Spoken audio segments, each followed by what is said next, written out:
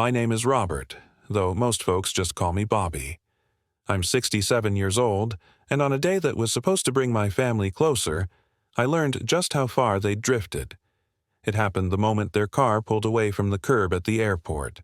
No goodbye, no explanation. Just the sharp realization that whatever they planned hadn't started that morning. It had been in motion long before I packed my suitcase. They thought the house was enough. They thought once I signed, I'd be easy to leave behind. What they didn't know is that I've lived long enough to see a trick coming miles away. And I tucked something into the paperwork, something they never questioned.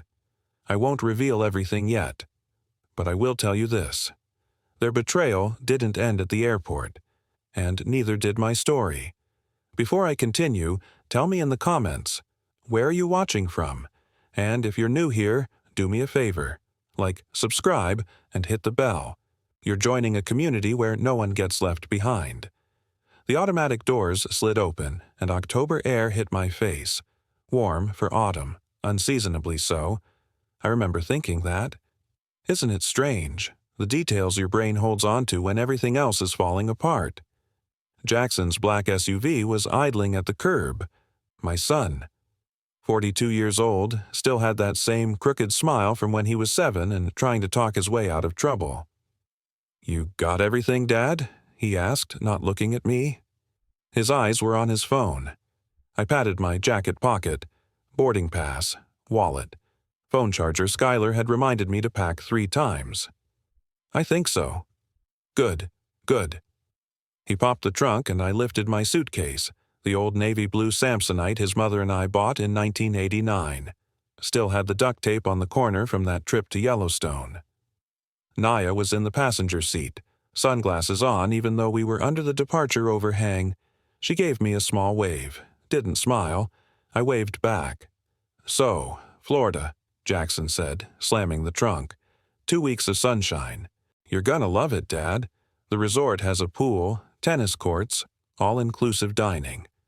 "I don't play tennis," I said. "Well, you can learn."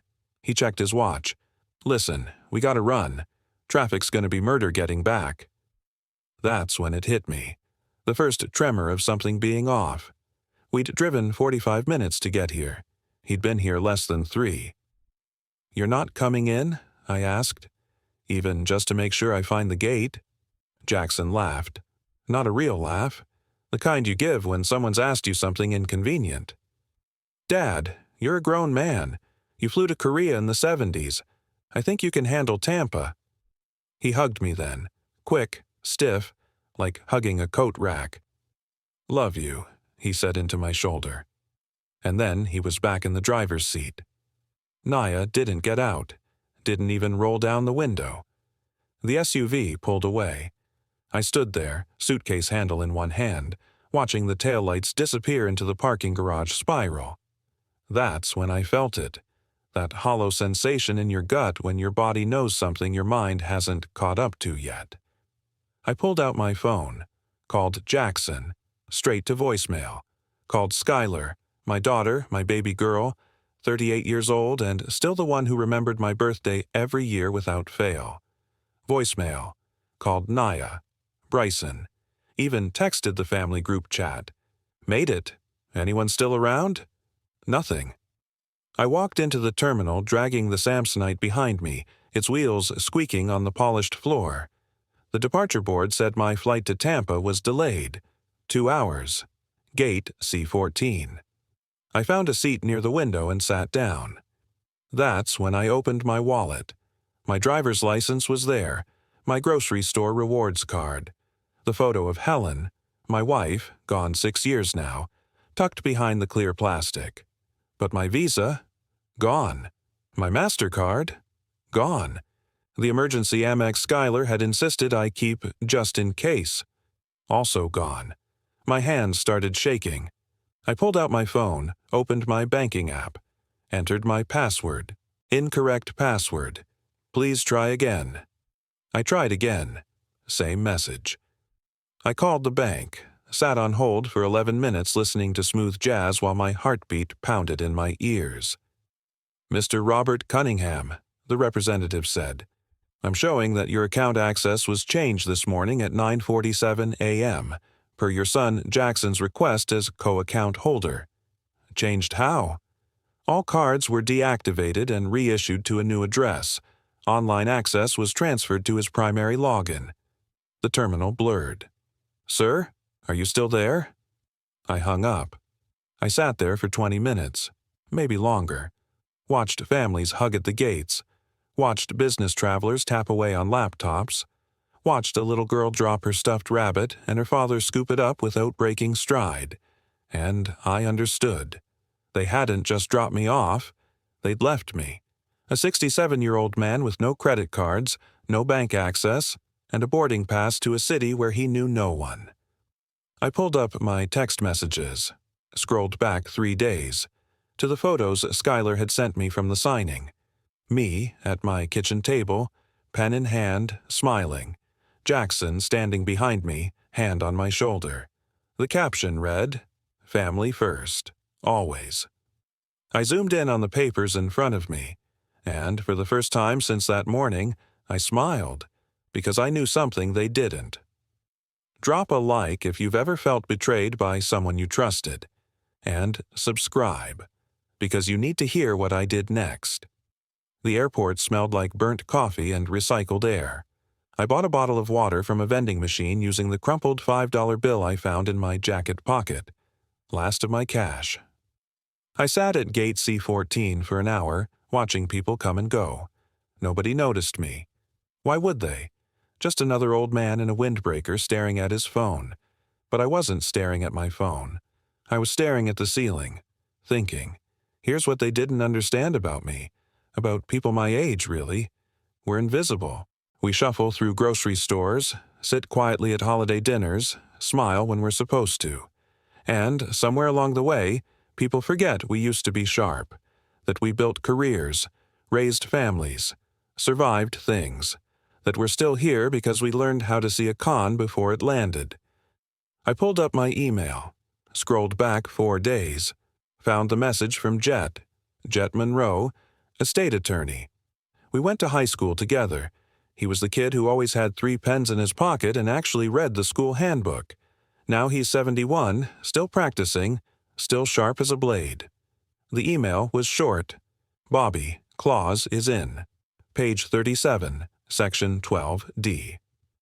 Reverter triggers on any sale, transfer, or encumbrance within 60 months without your notarized written consent. Penalties as discussed. They'll never see it. Documents 52 pages and written in standard legalese. If they try anything, call me immediately. You're covered. J. I remembered the day Jackson brought those papers to my house. It was a Tuesday. He showed up with Naya, Skylar, and Bryson. A whole entourage. They brought lunch, sandwiches from that deli I like, the one Helen and I used to go to on Sundays. Dad, we need to talk about estate planning, Jackson had said, spreading the papers across my kitchen table.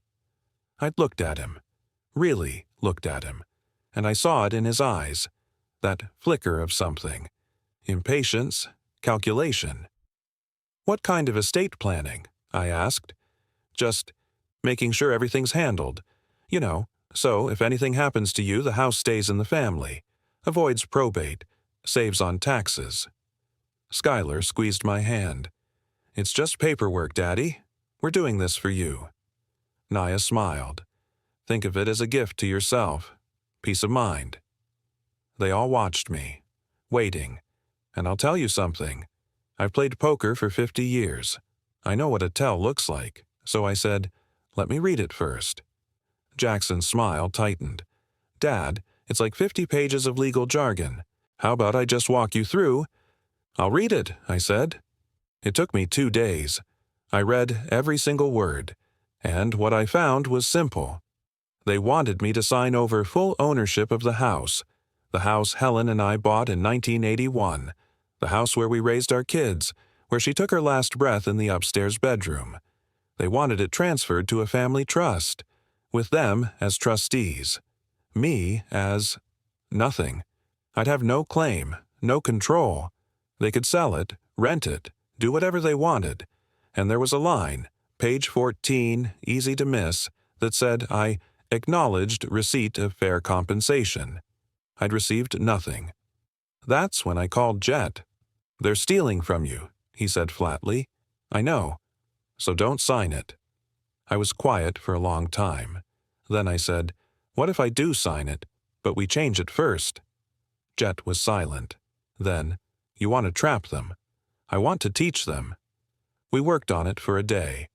Jet redrafted the document, kept it looking identical, same formatting, same font, but he buried a clause so deep, so technical, that unless you were a lawyer actively looking for traps, you'd never catch it.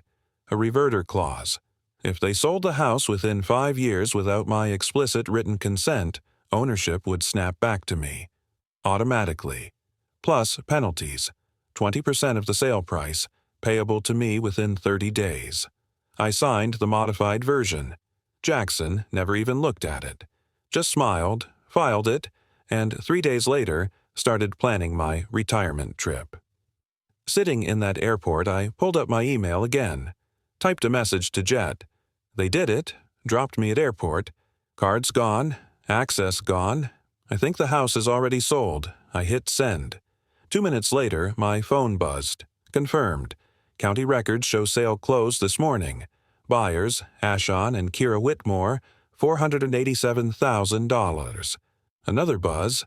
Filing reverter action now. This will get ugly. You ready? I typed back. Been ready since Tuesday. Then I stood up, walked to the bathroom, locked myself in a stall. And for the first time in 6 years, since Helen died, I let myself cry. Not because I was broken, but because I finally understood what I'd lost. Not the house, my children. I washed my face in the airport bathroom sink. Cold water, harsh fluorescent lights showing every line on my face, every year I've lived. 67 years old and crying in an airport bathroom. Helen would have had words for me about that. I dried my hands, straightened my collar, and walked back out into the terminal with what was left of my dignity. That's when I met Freya. She was sitting 2 seats down from where I'd left my suitcase, reading a paperback with a torn cover. Maybe 40 years old, dark hair pulled back, wearing scrubs with cartoon stethoscopes on them. "You okay?" she asked when I sat down. I nodded, didn't trust my voice yet. "You sure? Because you've been sitting here for 3 hours, and I watched you check your phone about 100 times. She closed her book. "I'm a nurse. I know what shock looks like." Something about her directness broke through. "My son dropped me off," I said quietly. "I don't think he's coming back." Freya's face changed. Not pity. Something sharper. Recognition. "What did he take?" The question surprised me. Not "why do you think that?" or "I'm sure there's an explanation." Just straight to the truth. "Credit cards, bank access, everything except my ID and this boarding pass." She swore under her breath. "How old are you?" 67. "And he just left you here?" "After I signed over my house." Freya set her book down, looked at me for a long moment. Then she pulled out her phone. "What's your name?" "Bobby, Robert Cunningham." She typed something, then showed me the screen. "This you?" It was a Facebook post, from Skylar's account, posted 2 hours ago, a photo of my house, with a red sold banner across it. The caption read, "New chapter for the family. So grateful Dad trusted us to handle everything. Florida, here he comes." 247 likes. Comments rolling in. "Congratulations. So happy for you guys. Your dad must be so proud."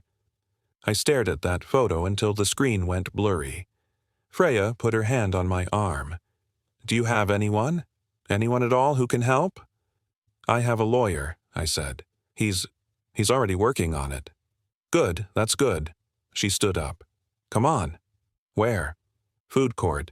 You're going to eat something, and I'm going to sit with you until your flight boards. And if you need to talk, we'll talk. If you need to sit in silence, we'll do that too. But you're not sitting here alone." I wanted to say no. Wanted to say I was fine, that I didn't need charity from strangers. But the truth is, I did need it. So I followed her.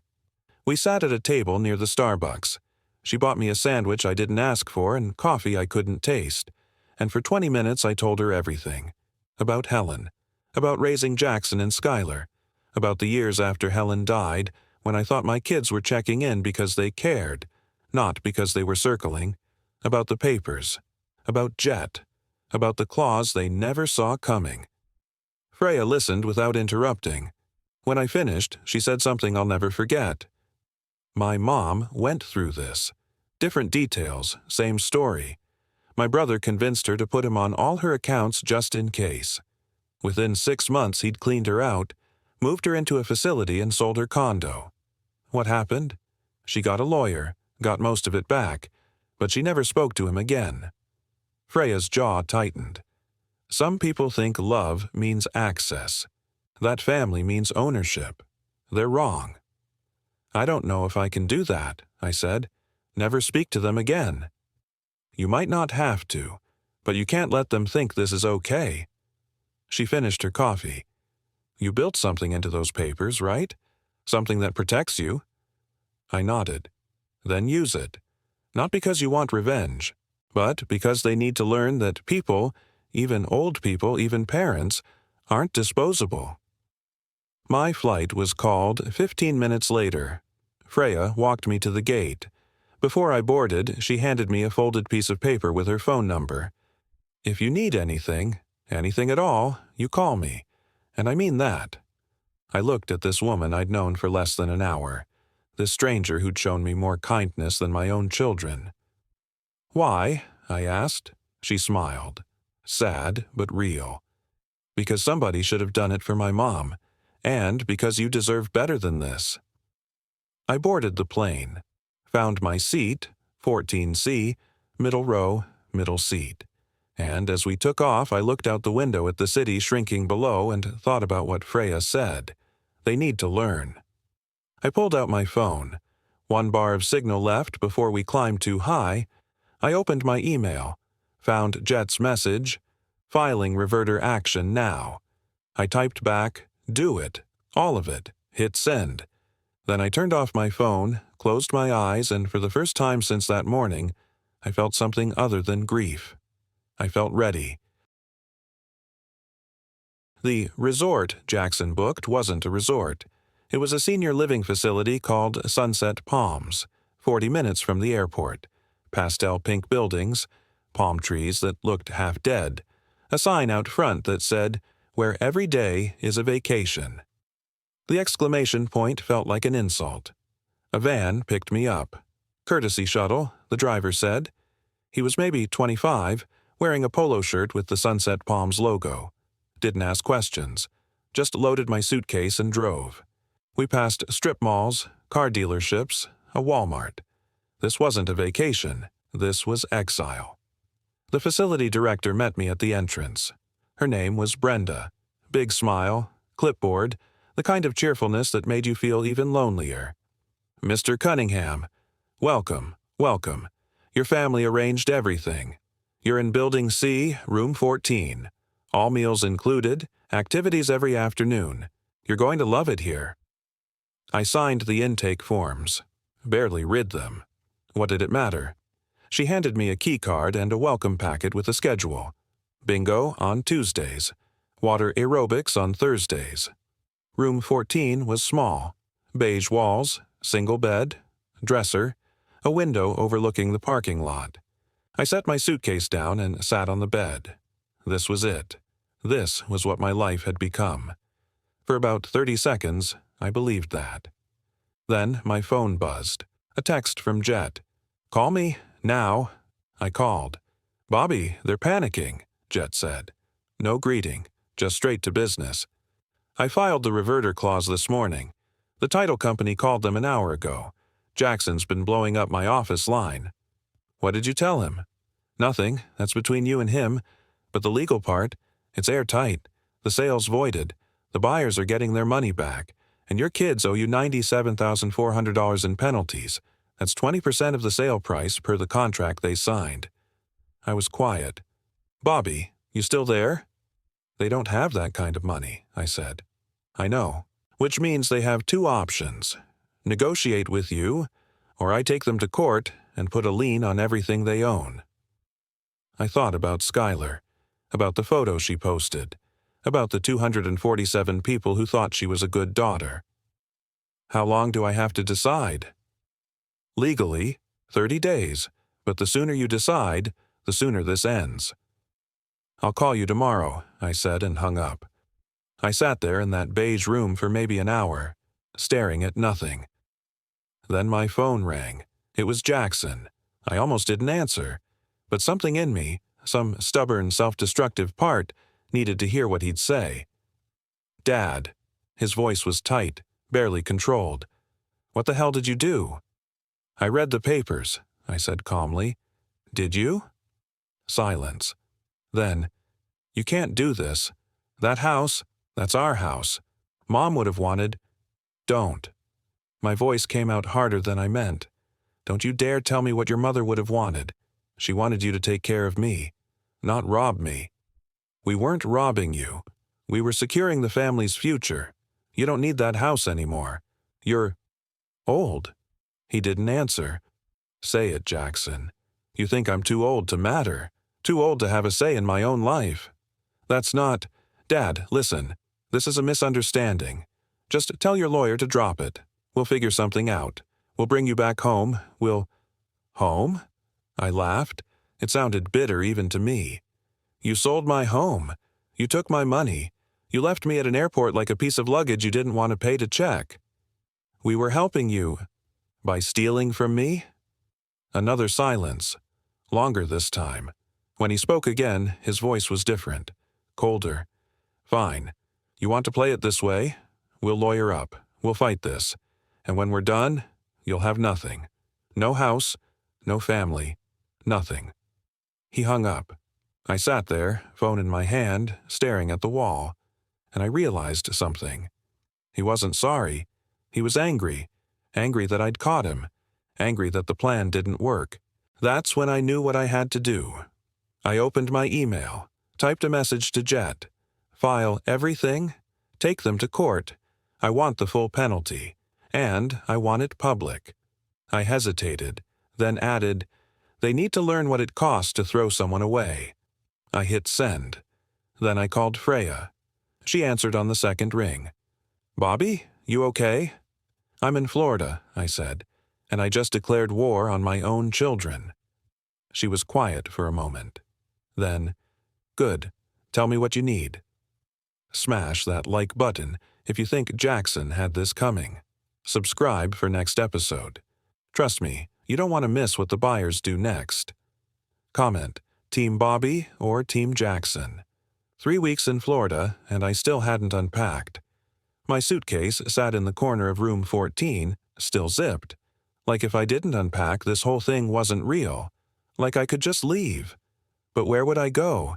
The house was technically mine again. Jet had made sure of that. The reverter clause worked exactly as planned. Title reverted to my name the moment the sale violated the terms. Clean, legal, ironclad. But it sat empty now. Jackson and Naya had already moved their things out, changed the locks, left it hollow, just like they'd left me. I spent most days sitting on a bench outside Building C, watching other residents shuffle to and from activities I never attended. Sometimes Freya would call. We'd talk for an hour about nothing important, her shifts at the hospital, the weather, a TV show she thought I'd like. She never asked about the case. She didn't have to. She could hear it in my voice. Then, on a Tuesday morning, Jet called. They want to negotiate, he said. I was quiet. Bobby, they can't pay the penalty. Jackson's talking bankruptcy. Skylar's husband Bryson apparently has gambling debts nobody knew about. They're desperate. Good. Is it? Jet's voice softened. I've known you 50 years. This isn't who you are. Maybe it's who I need to be. He sighed. They're offering a settlement. Reduced penalty. 5% instead of 20. That's about $24,000. Plus mandatory family therapy. 1 year, all of them. Therapy, I repeated. and written apologies, full, detailed letters explaining why they did it and what they've learned. That was actually Skylar's idea. Something in my chest tightened. When do I have to decide? End of the week, but Bobby, think carefully. You can win this fight. Legally, you've already won. The question is, what do you actually want? After we hung up, I sat on that bench for 3 hours. What did I want? The money? No. I had enough. The house? Empty rooms full of ghosts. What I wanted was impossible. I wanted my children back. The ones who used to climb into my lap during thunderstorms, who cried when their goldfish died, who promised they'd never leave me. But those children were gone, and I had to decide if the adults they'd become were worth forgiving. That night, I couldn't sleep. I kept thinking about something Helen used to say. Forgiveness isn't for them, Bobby. It's for you, so you don't carry the weight forever. At 2 a.m., I walked to the facility's common room. Empty, quiet, just me and a coffee maker that had seen better days. I sat down at one of the tables and pulled out my phone, opened my email, and I wrote them a message. Not to their lawyers, to them. Jackson and Skylar, I'm accepting the settlement. Not because you deserve mercy. You don't. But because I'm too old to spend what's left of my life hating my own children. You will pay the reduced penalty. You will attend therapy. And you will write me letters. Real ones, not excuses. I want to know why you thought this was okay. Why a house mattered more than your father. But here's what I need you to understand. You didn't just take my home. You took my trust, my belief that family meant something sacred, and that's not something you can pay back. I don't know if we'll ever be okay again. Maybe we won't. But I'm giving you a chance to try. Don't waste it. Dad, I hit send before I could second-guess myself. Then I called Jet and told him to draw up the settlement. The letters started arriving 2 weeks later. Skylar's came first. 7 pages, handwritten. The ink smudged in places like she'd been crying while she wrote. She talked about Bryson's debts, about the pressure, about how Jackson convinced her it was best for everyone, about how she knew it was wrong but didn't know how to stop it once it started. I watched you sign those papers, Daddy, and I told myself you'd understand someday, that you'd see we were protecting the family. But the truth is, I was protecting myself, from the shame of admitting my husband was drowning us, from the fear of losing everything. I threw you away to save myself, and I will never forgive myself for that. I read it 3 times, cried through all 3. Jackson's letter came a week later, shorter, stiffer, but honest in a way that hurt worse. Dad, I resented you, for being the person everyone loved, for making it look so easy, the marriage, the career, the life. I spent 40 years trying to measure up to you, and I always fell short. When you needed help after Mom died, I saw an opportunity, not to help you, to finally be the one in control, the one who knew better. I convinced myself you were declining, that you couldn't manage on your own. I built a whole story in my head where I was the hero. But I wasn't. I was just a son who forgot that his father was still a person. I folded the letter and put it back in the envelope. Then I called Freya. They wrote, I said when she answered. And I don't know what to do with it. They're sorry. I think they really are. But does that change anything? She was quiet for a moment. Do you want it to? I don't know, I whispered. I'm so tired, Freya.